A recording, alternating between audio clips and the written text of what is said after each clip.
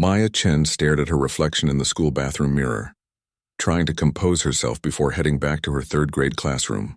Dark circles under her eyes told the story of another sleepless night spent grading papers and planning lessons that never seemed to work the way she imagined. Her hands trembled slightly as she splashed cold water on her face, a habit she'd developed over the past few months whenever the stress became too much. 3 years ago, when she first walked into Riverside Elementary as a bright-eyed new teacher, Maya had been full of dreams. She remembered standing in her empty classroom that first August, visualizing the amazing things she would accomplish.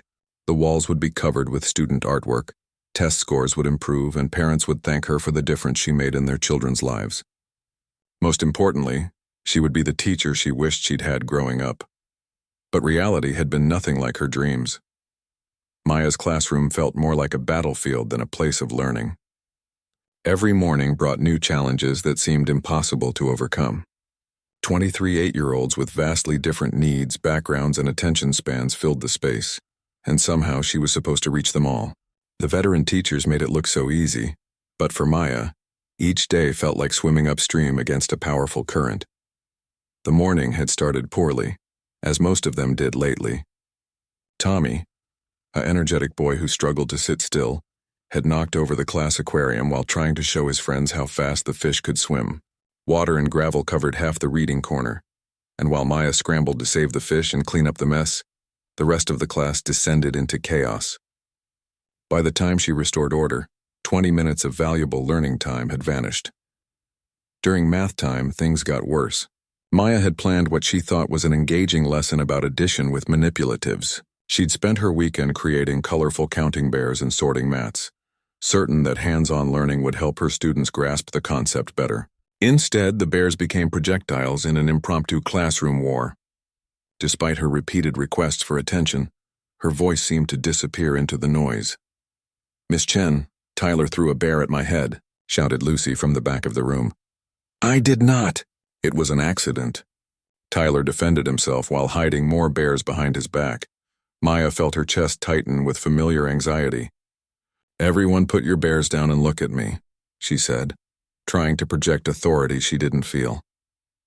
But her voice cracked slightly and she could see in her students' faces that they sensed her uncertainty.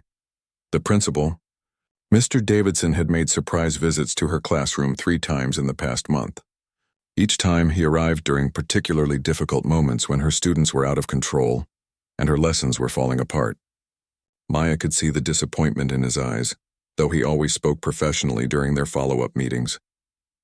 The conversations always followed the same pattern: suggestions for improvement, reminders about district expectations, and thinly veiled warnings about her performance. Parent complaints had become a weekly occurrence. Maya dreaded checking her email each morning, knowing she might find another message questioning her teaching methods or expressing concern about their child's progress.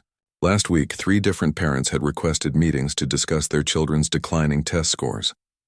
Maya had spent hours preparing for those conversations, gathering data and creating improvement plans, but she could see the doubt in their eyes. "My daughter loved school last year," Mrs. Patterson had said during their meeting. "Now she cries every morning and says she hates math." "What's happening in your classroom?"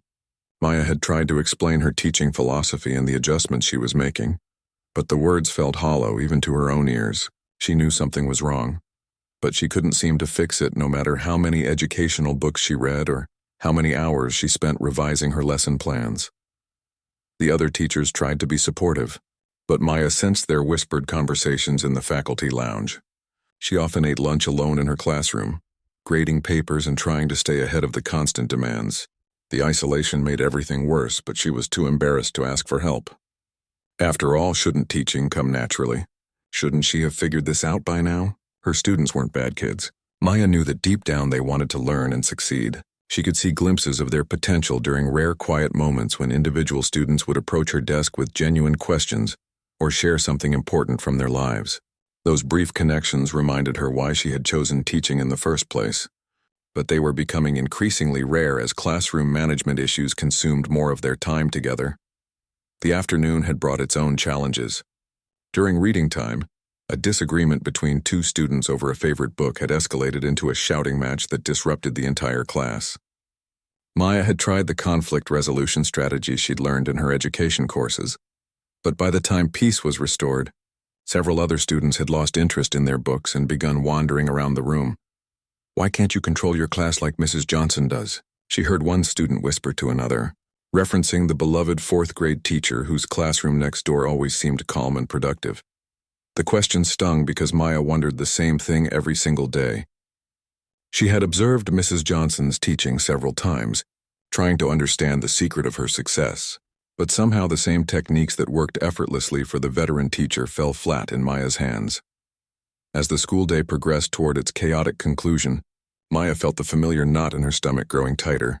She had learned to recognize the signs of her mounting panic: the racing heartbeat, the sweaty palms, the feeling that she was losing control of everything around her. These episodes had become more frequent as the year progressed, and she worried that her students could sense her anxiety. The fire alarm incident happened during the last hour of the day.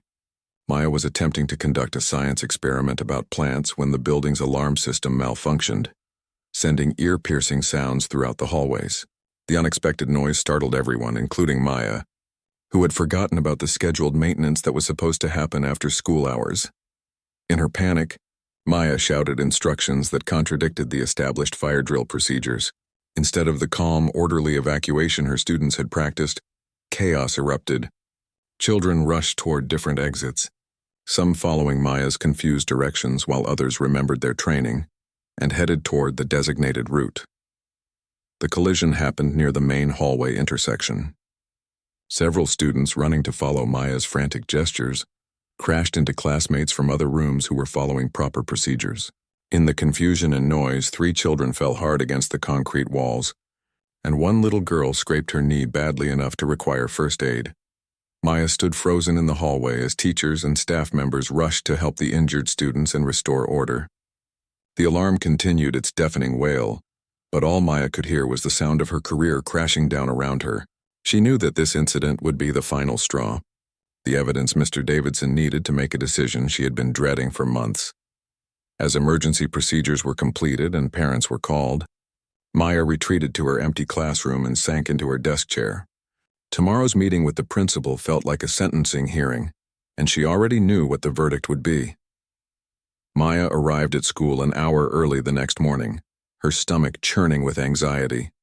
She had barely slept, replaying the fire alarm disaster over and over in her mind. The empty hallways felt different somehow, as if they already knew she didn't belong there anymore. She made her way to her classroom, trying to prepare herself for what was coming.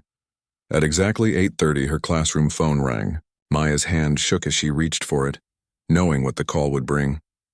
"Maya, could you please come to my office?" Principal Davidson's voice was formal and distant, lacking any warmth she might have hoped for. "And please ask Mrs. Williams to cover your class." The walk down the hallway felt like a march to her own execution. Other teachers were arriving for their day, chatting about weekend plans and sharing coffee in the faculty room. Maya kept her eyes down, unable to face their curious glances. Everyone in the building had heard about yesterday's incident by now. Mrs. Williams, the substitute teacher, was already waiting outside Maya's classroom with a knowing look. Word traveled fast in elementary schools, and Maya realized that people had been expecting this moment for weeks. Principal Davidson's office felt smaller than usual.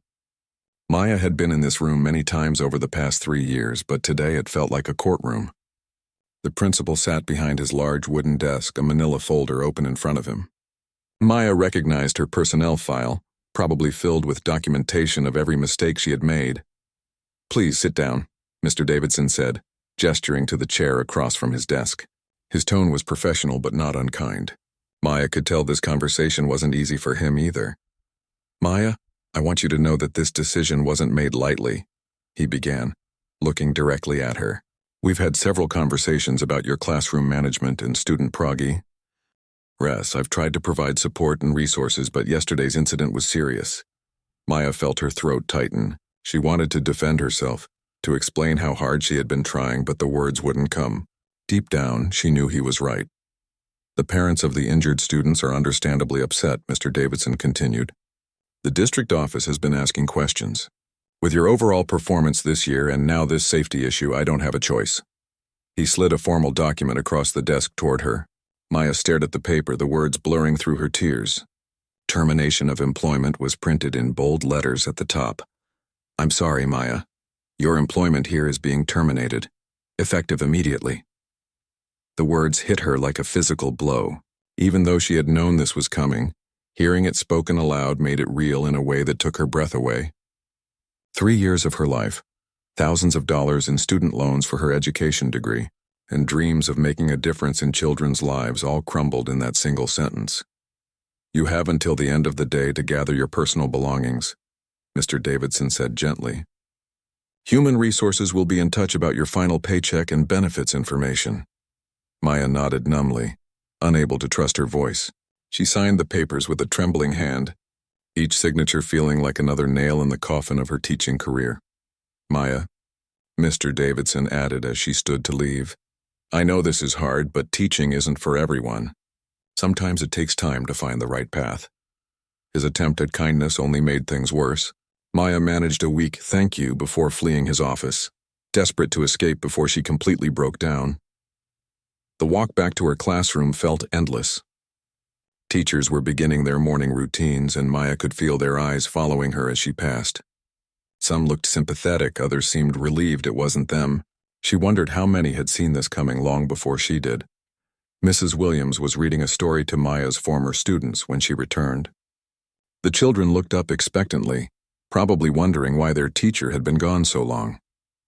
Maya couldn't bear to meet their curious gazes, knowing she would never see them again. I need to pack up my things, Maya whispered to Mrs. Williams, who nodded with understanding. The next few hours passed in a blur of boxes and tears. Maya moved mechanically through her classroom, taking down the colorful bulletin boards she had spent hours creating. The motivational posters that once filled her with hope now mocked her failure. Every child can learn, read one banner as she folded it into a box. Believe in yourself, proclaimed another. Her desk drawers were filled with the tools of her trade. Stickers she had bought with her own money, special pencils she gave to students who worked hard, small toys she used as rewards. Each item represented hope she had once carried for her students' success.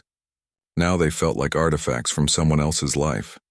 The hardest part was packing away the letters and drawings her students had given her over the years. A thank you note from a little girl who struggled with reading, a drawing of the class hamster from a boy who rarely spoke, a Mother's Day card that simply said, "You're the best teacher ever" in crayon scrawl. These treasures had sustained her through difficult days, but now they only reminded her of what she was losing. Other teachers stopped by throughout the day, offering awkward condolences and help with packing. Most meant well, but Maya could see the relief in their eyes that it wasn't them. Some shared stories of other teachers who had been let go, trying to normalize her experience, but it only made her feel worse. Don't take it personally, said Mrs. Rodriguez from the kindergarten class. The profession is just getting harder every year. Parents are more demanding. Administration is more strict. It's not your fault, but Maya knew it was her fault. She had failed where others succeeded. She had let down her students, their parents, and herself. No amount of well-meaning comfort could change that reality. By late afternoon, her classroom looked completely different. The walls were bare, her personal touches removed, and the space felt cold and impersonal.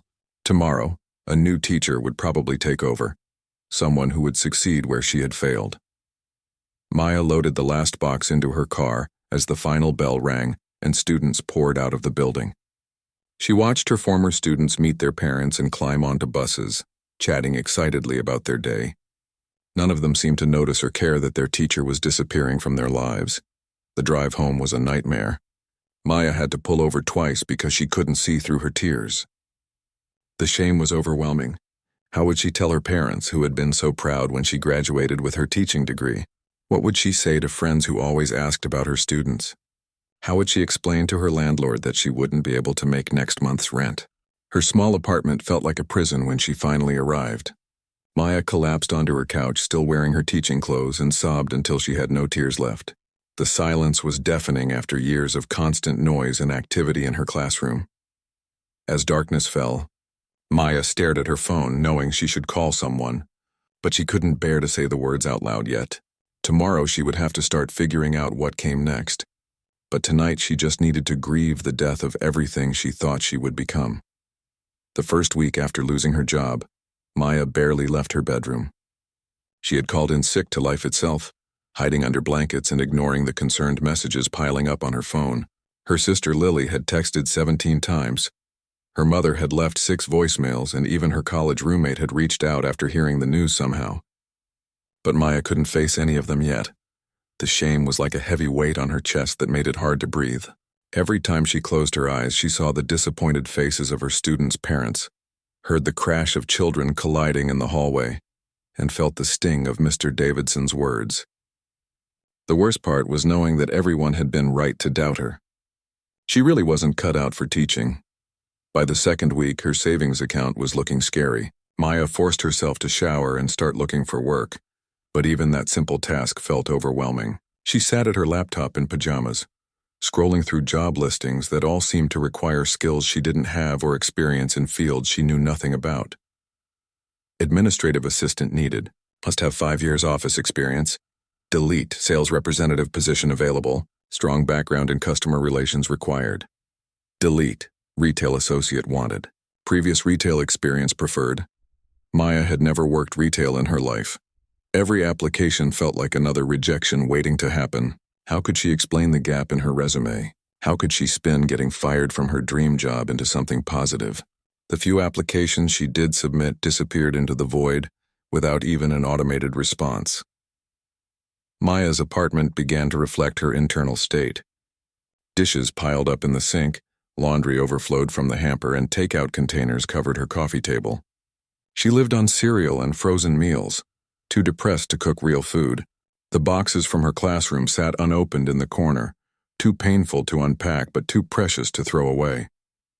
The loneliness was crushing. For 3 years, her days had been filled with constant interaction, even if it was chaotic and stressful. Now the silence in her apartment was deafening. She found herself talking to the news anchors on television just to hear her own voice. One particularly dark Tuesday, Maya's sister Lily showed up unannounced with groceries and determination. She took one look at Maya's disheveled appearance and the state of the apartment, and immediately went into big sister mode. "Okay, this has gone on long enough," Lily said, setting bags of food on the counter and opening windows to let in fresh air. "I know you're hurting, but you can't just disappear from the world." "I'm fine," Maya lied, pulling her bathrobe tighter around herself. "You're not fine. When's the last time you brushed your hair or left this apartment?" Lily started loading groceries into the refrigerator, throwing away expired items as she went. Maya couldn't remember. The days had blurred together into a gray mess of Netflix shows she wasn't really watching and social media posts that made her feel worse about herself. "I brought job applications."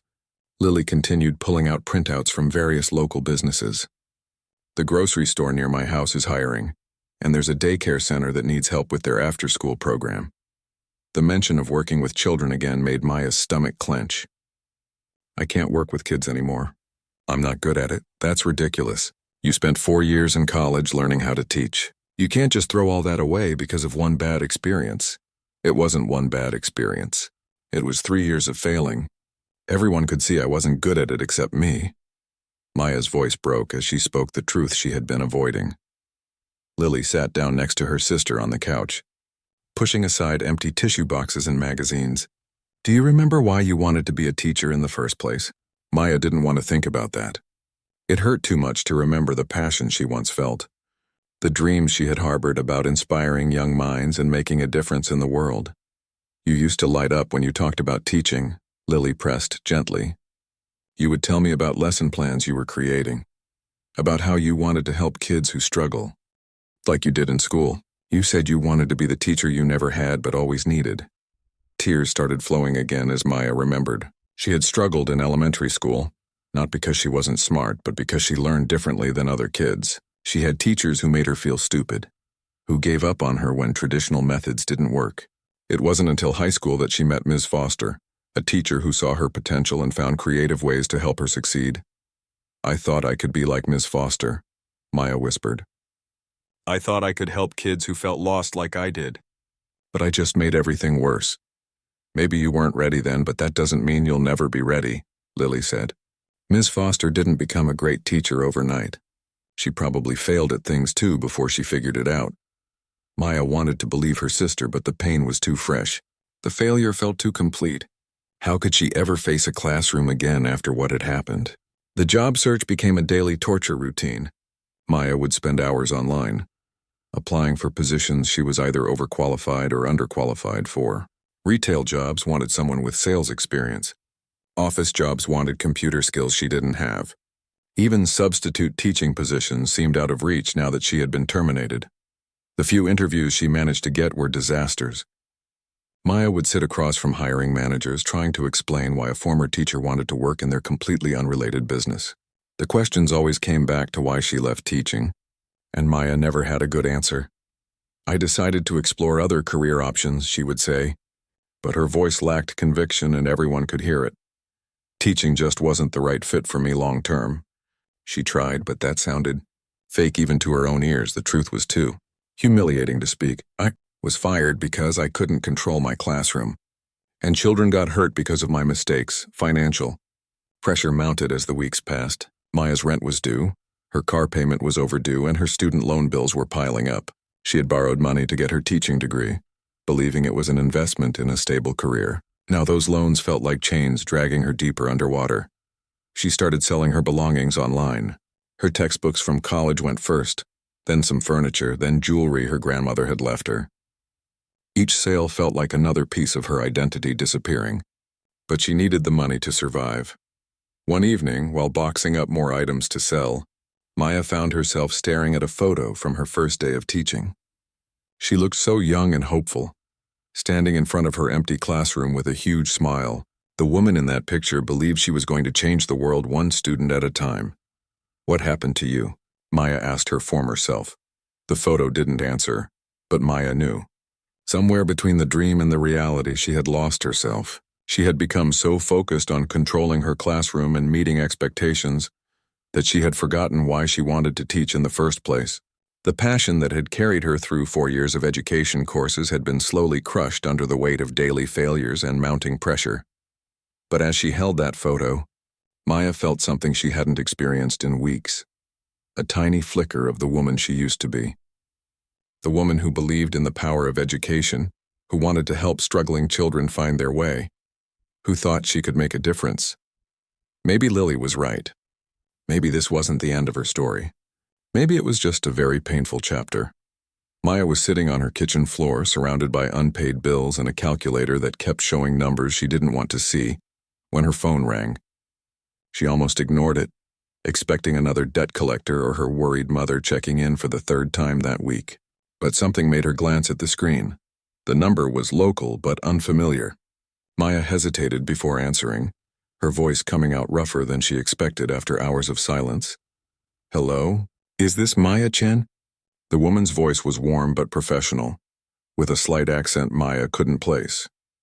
"Yes, this is Maya." She braced herself for another bill collector or telemarketer. "My name is Dr. Isabella Torres. I'm the new principal at Maplewood Elementary, and I was wondering if we could talk." Maya's heart sank. Another school administrator calling to make sure she understood she was blacklisted from teaching? Maybe there was paperwork she hadn't filled out properly.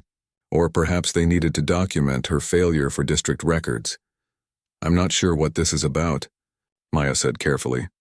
"But if it's about my termination at Riverside, I can have you speak with my former principal." "Actually, Maya, that's exactly why I'm calling. But probably not for the reason you think. Could we meet for coffee?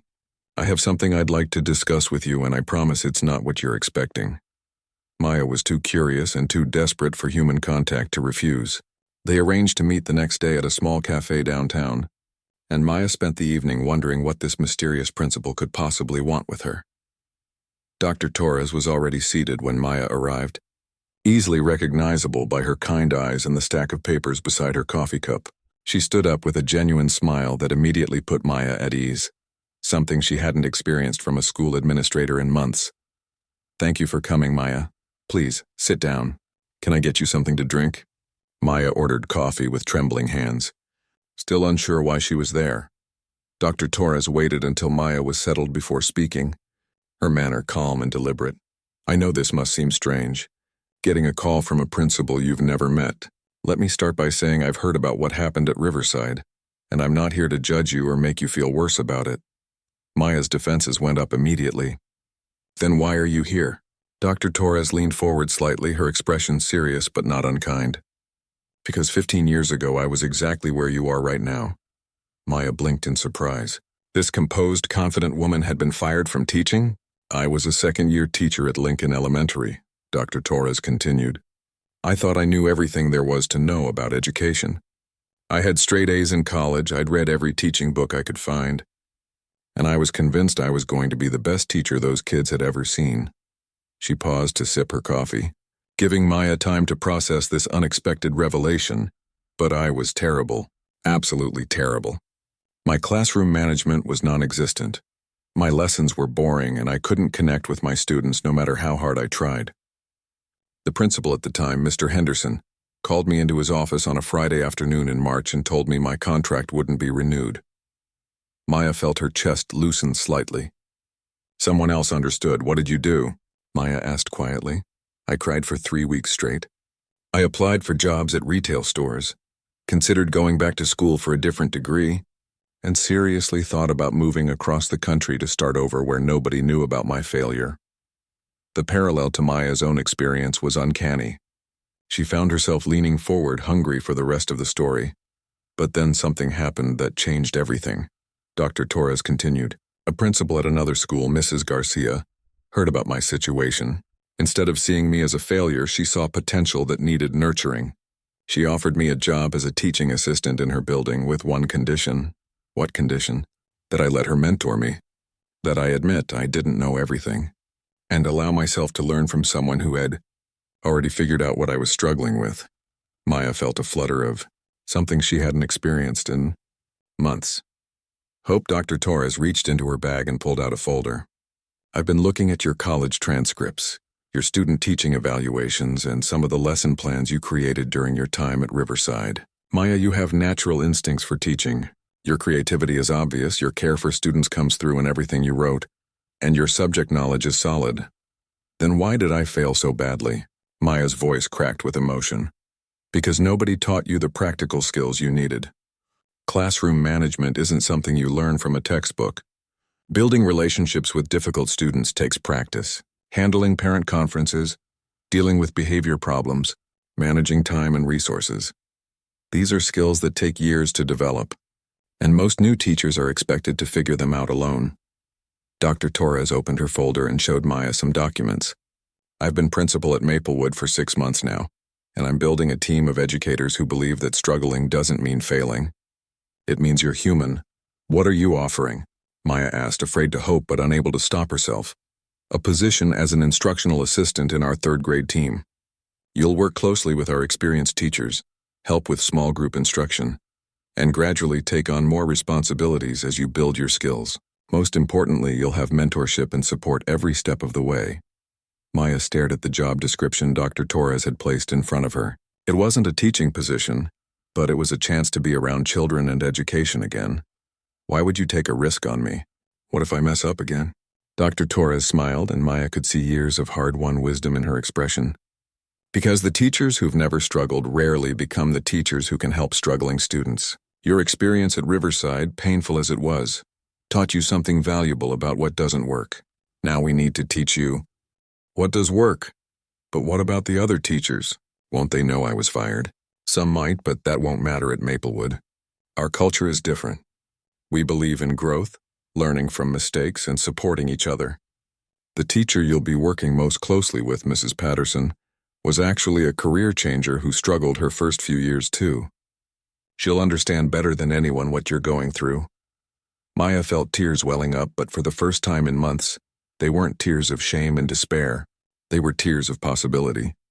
The position doesn't pay as much as a teaching salary, Dr. Torres warned. And it will mean starting over in many ways. But if you're willing to be humble, to learn, and to trust the process, I believe we can help you become the teacher you are meant to be. Maya thought about the empty apartment she would return to, the bills piling up, the endless job applications that led nowhere. But more than that, she thought about the little girl inside her who had dreamed of helping children, who had been inspired by Ms. Foster, who had believed education could change lives. When would I start? Maya asked. Dr. Torres's smile widened. Monday, if you're ready. We're right in the middle of the school year, which actually works in your favor. You'll be able to observe and learn without the pressure of starting fresh in September." Maya took a deep breath, feeling something shift inside her chest. The weight that had been pressing down on her for months seemed to lighten just a little. "Dr. Torres," she said, her voice stronger than it had been in weeks, "I'd like to accept your offer. Welcome to Maplewood Elementary. Maya, your real teaching journey is about to begin." Maya's first day at Maplewood Elementary felt nothing like her previous first days of teaching. Instead of the crushing weight of expectations and the fear of failure, she felt nervous excitement mixed with genuine hope. Dr. Torres had arranged for her to spend the morning observing different classrooms, and Maya was amazed by what she saw. The third-grade hallway buzzed with positive energy. Students moved purposefully between activities. Teachers spoke to children with warmth and clear expectations, and Maya noticed something she had never achieved at Riverside: controlled chaos that actually worked. Mrs. Patterson, the veteran teacher Maya would be working with most closely, welcomed her with a knowing smile. "So you're our new assistant. Isabella told me a bit about your background. Don't worry, we've all been where you are." Maya spent her first week simply watching and taking notes.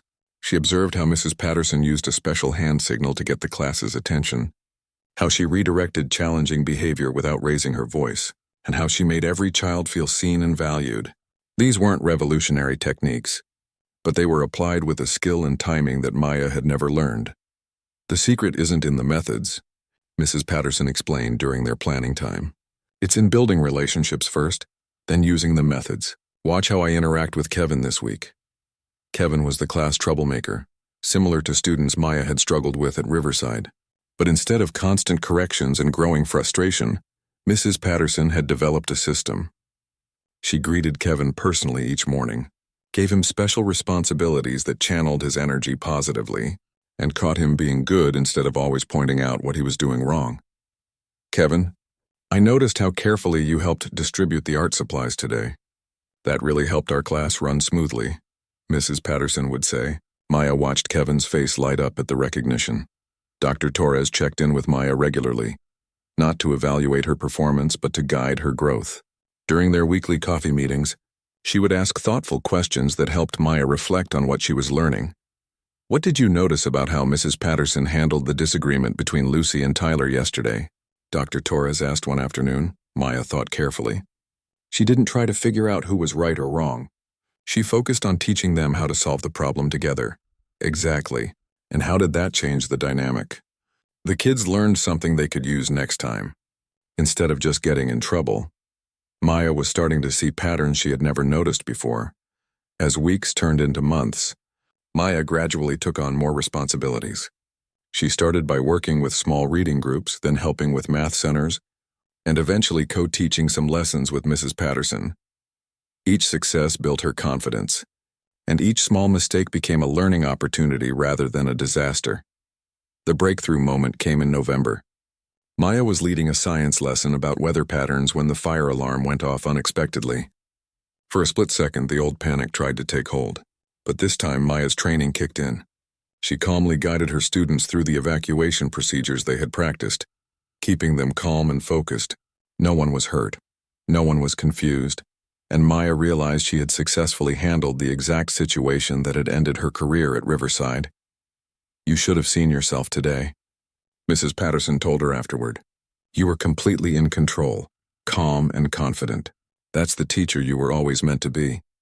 By January, Dr. Torres was having different conversations with Maya during their meetings. "I think you're ready for the next step," she said. "Mrs. Rodriguez in our other third-grade classroom is going on maternity leave in March. Would you like to take over her class for the rest of the year?" Maya's heart raced, but this time it was with excitement rather than fear. "Do you really think I'm ready?" "I know you are. But more importantly, you know you are." Taking over Mrs. Rodriguez's classroom felt like coming home. Maya applied everything she had learned, but now she had the support system she had always needed. When challenging situations arose, she knew she could ask for help without judgment. When parent conferences came up, Mrs. Patterson helped her prepare. When a student struggled with behavior issues, Dr. Torres offered strategies that actually worked. Maya's classroom began to transform. She used her natural creativity to design engaging lessons, but now she combined them with solid classroom management techniques. Her bulletin boards were colorful and inspiring, but they also served clear educational purposes. Most importantly, her students were learning and growing. The real test came during standardized testing season. Maya's students performed well, but more than that, they maintained their love of learning throughout the process. Parents began requesting Maya specifically for their children. Other teachers started asking her advice about lesson planning and student engagement. "How did you turn things around so quickly?" asked Ms. Johnson, a first-year teacher who was struggling with some of the same issues Maya had faced. "I had help," Maya said simply. "And I learned that struggling doesn't mean failing. It means you're trying something that matters." Maya began mentoring Ms. Johnson, sharing the strategies that had worked for her and offering the kind of support she wished she had received earlier. Helping another teacher grow gave Maya a deep sense of purpose she had never experienced before. By the end of that school year, Maya had not only successfully managed a classroom, but had become a resource for other educators. Dr. Torres offered her a permanent teaching position for the following year, and Maya accepted with joy and confidence. 3 years later, Maya stood in the district office holding an award she never could have imagined receiving. Teacher of the Year was engraved on the plaque, but the real prize was the journey that had brought her to this moment. Dr. Torres sat in the audience, beaming with pride. In her acceptance speech, Maya spoke about the power of second chances and the importance of supporting struggling teachers instead of abandoning them. "I used to think that good teachers were born knowing how to manage a classroom and inspire students," Maya said to the audience of educators. "I learned that good teaching is a skill that develops over time with practice, support, and the willingness to learn from failure." After the ceremony, a young teacher approached Maya with tears in her eyes. "I'm struggling in my first year," she whispered. "I'm afraid I'm going to get fired." "Your story gives me hope." Maya smiled and handed the teacher her business card. "Let's have coffee next week. I know exactly how you feel, and I promise you're not alone." That evening, Maya returned to her classroom to prepare for the next day. The walls were covered with student work, thank you notes from parents, and photos from field trips and special projects. It looked nothing like the chaotic, stressful environment she had created years ago at Riverside. On her desk sat a new letter from a student who had graduated the previous year. "Dear Ms. Chen," it read, "thank you for making math fun and helping me believe I was smart. You were the best teacher ever." Maya smiled, remembering her conversation with Dr. Torres in that coffee shop years ago. The failure at Riverside hadn't been the end of her story. It had been the beginning of her real journey as an educator. She had learned that the best teachers aren't those who never struggle, but those who learn from their struggles and use that knowledge to help others. Maya had not only found her way back to teaching, she had become the teacher she was always meant to be. As she turned off her classroom lights and locked the door, Maya felt grateful for every part of her journey, even the painful parts. They had all led her here, to this moment, to this calling that was so much more meaningful because of how hard she had WW.